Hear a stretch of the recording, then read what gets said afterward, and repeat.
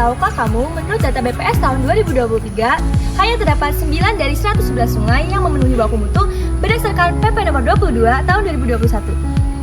Laporan statistik lingkungan hidup pada tahun 2020 menunjukkan lebih dari separuh rumah tangga di Indonesia membuang air limbahnya ke sungai.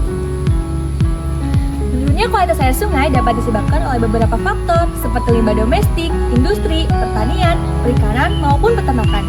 Dari berbagai faktor tersebut, pencemaran paling besar berasal dari limbah domestik. Melihat dari permasalahan tersebut, sudah ada teknologi pengolahan air sungai menggunakan filtrasi multitahap secara konvensional. Namun, teknologi tersebut belum dapat beradaptasi terhadap kondisi dari kualitas air sungai karena belum terintegrasi oleh sistem otomatisasi. Dari kekurangan tersebut, kami, tim PKM KCIPB, mempersembahkan Rainfest. Reaktor berbasis air mancur dengan kombinasi sistem filtrasi aerasi terintegrasi IoT untuk transformasi sungai berkelanjutan.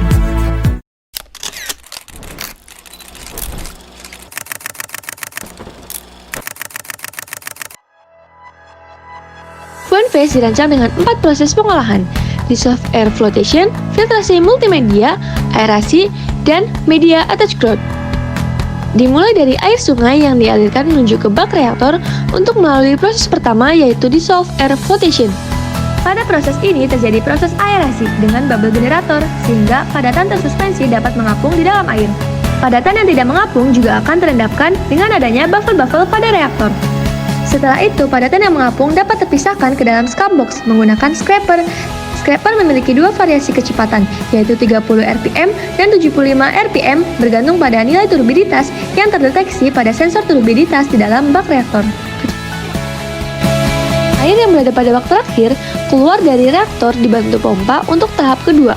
Tahap kedua adalah filtrasi multimedia, di mana air mengalir secara downflow melalui media zeolit, resin, pasir aktif, dan ijuk. Setelah melewati proses filtrasi, air dipompa menuju tahap ketiga, yaitu aerasi melalui nozzle sprayer.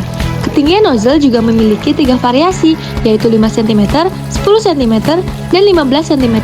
Ketinggian ini mempengaruhi nilai COD, BOD, dan DO karena mampu meningkatkan kontak air dengan udara. Proses keempat yaitu media attached grout. Pada alat ini terjadi ketika air melewati setiap undakan air mancur.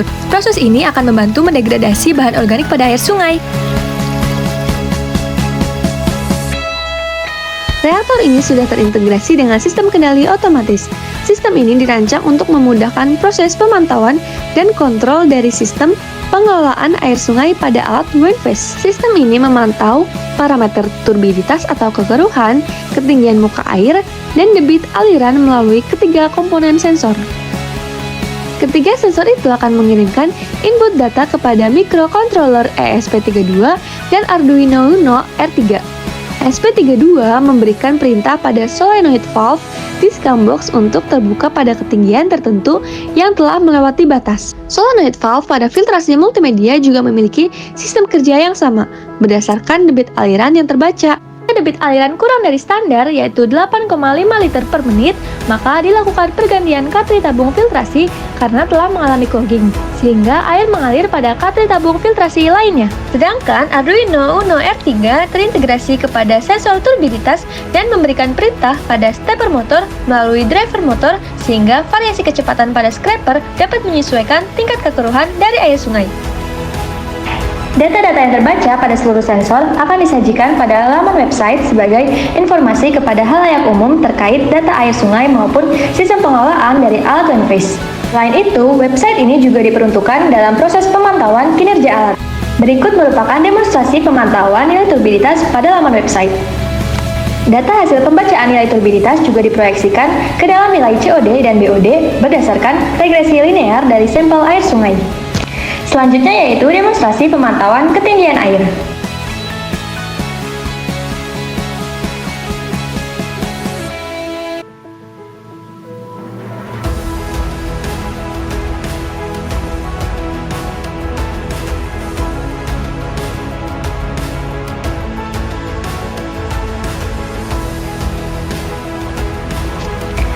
Ketika Ketika data hasil sensor water level menunjukkan ketinggian air telah lebih dari 75% dari ketinggian scum box, maka notifikasi akan terkirim kepada petugas agar dapat bersiap untuk menampung scum pada proses pengeluaran scum terjadi.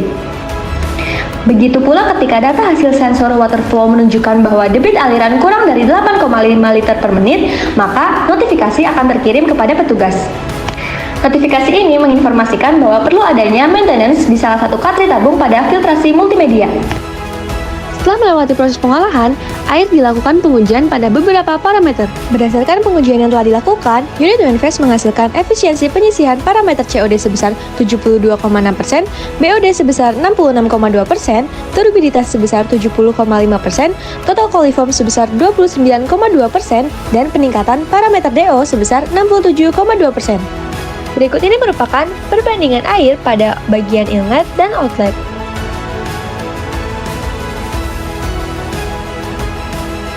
Jernihkan sungai, mancurkan harapan.